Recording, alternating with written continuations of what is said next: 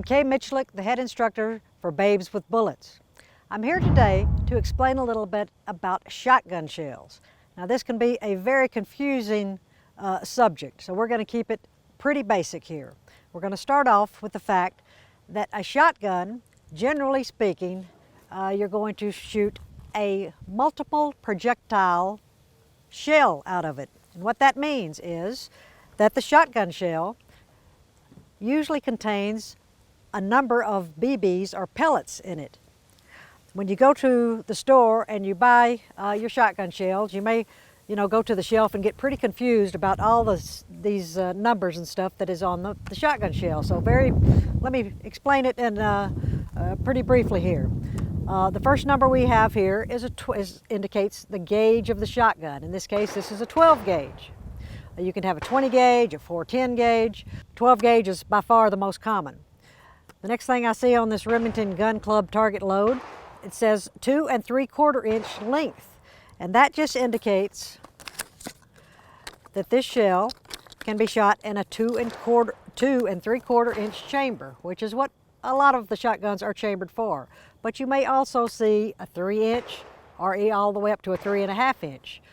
The 2 3/4 are pretty standard, and the larger or the greater in length, you're usually also going to be a more powerful load as you go up. So the 2 3/4 are pretty standard. You go out and shoot skeet with them, go bird hunting with them.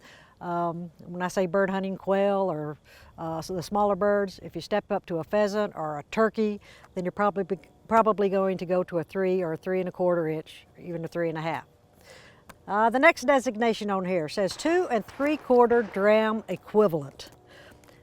We're going to keep this simple. Now, all that basically means is how much gunpowder is in the load, is in the cartridge. A 2 3/4, again, a pretty standard load. That's what I'm going to shoot for small game, again, skeet, trap, those types of shooting sports.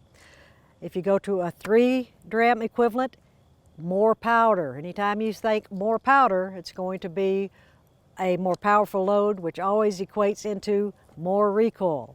So I don't want to shoot that 3 dram equivalent unless it's really called for. I like to shoot the lighter loads, just enough.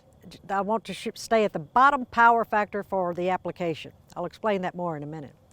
The next thing I see on here, this one is 1 1/8 ounce shot.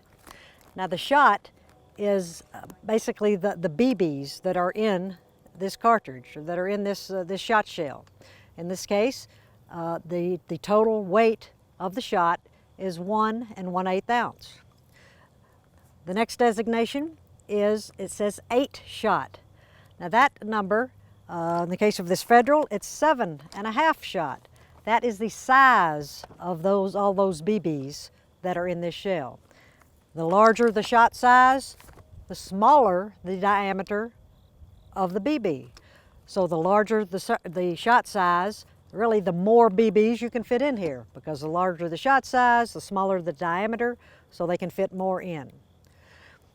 So that is the basics on the shot shells. The bird shot is what it's known as, bird shot. Another thing you can shoot with the shotguns is called buckshot. Same basic principle as the bird shot, but this has much larger pellets and many fewer pellets. In the bird shot, you can have, gosh, anywhere from hundreds and hundreds of pellets in the bird shot load, whereas the buckshot is going to have considerably fewer. This is a double-aught buckshot. It actually only has 9 pellets. We're going to shoot some targets in a minute and show you exactly what that means to you as the shooter. Another option with the shotgun is a slug. So your shotgun is capable of shooting a single projectile, and that cartridge is known as a slug. This happens to be a Fiocchi slug. The slug weighs 7/8 of an ounce in this particular case, and again, it is one single projectile. This is popular for deer hunters. The buckshot can also be used for deer, which is how it got its name, buckshot. The pellets are large enough to take down a fairly large game animal. So that's the basics on the shot shells.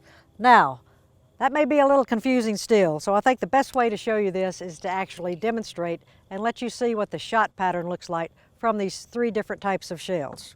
Let me put my ear protection on here. All right, I've got my Mossberg 930 shotgun. And the way I'm going to do this, I'm going to first put in a slug, then a buckshot, and last, the bird shot. Now, once I rack the bolt and put a shell in the chamber, when I shoot them, it's going to be the first shot I shoot will be the bird shot, the second will be the buckshot, and the last will be the slug.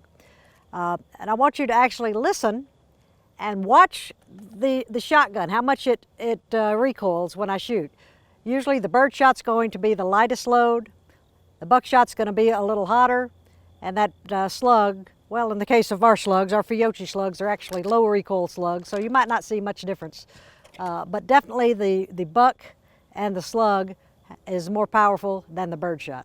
So here we go.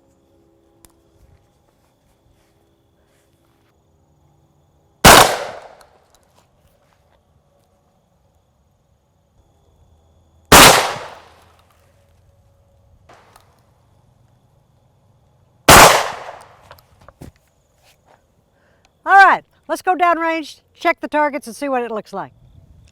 All right, we're downrange at the targets now. Let's have a look at it. On my right here is the target I shot with the bird shot. I believe that was the Remington 8-ounce. So as you can see, the bird shot has multiple pellets, hundreds and hundreds of pellets. And the pattern, we're at about 15 yards from the target. The pattern covers a large portion of the target.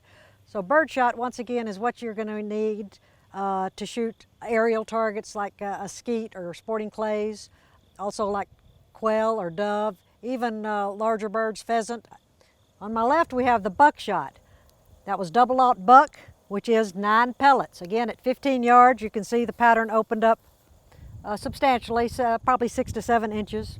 This is going to vary with what choke you have in the gun, but this is suitable for deer hunting, for close shots. I would not trust that buckshot on a large animal out past probably 50 yards or so, but it definitely has its applications. And what can I say, law enforcement likes that buckshot for defensive purposes. Let's go over to the far target. All right, now this is the slug target. As you can see, it is that one single projectile. So this is more suitable for large game. Now that you understand a little bit about shot shells, go out to the range and have some fun. Figure out what you need for your application. If you're looking for a place to shoot, go to National Shooting Sports Foundation's wheretoshoot.org. And remember, gun safety depends on you.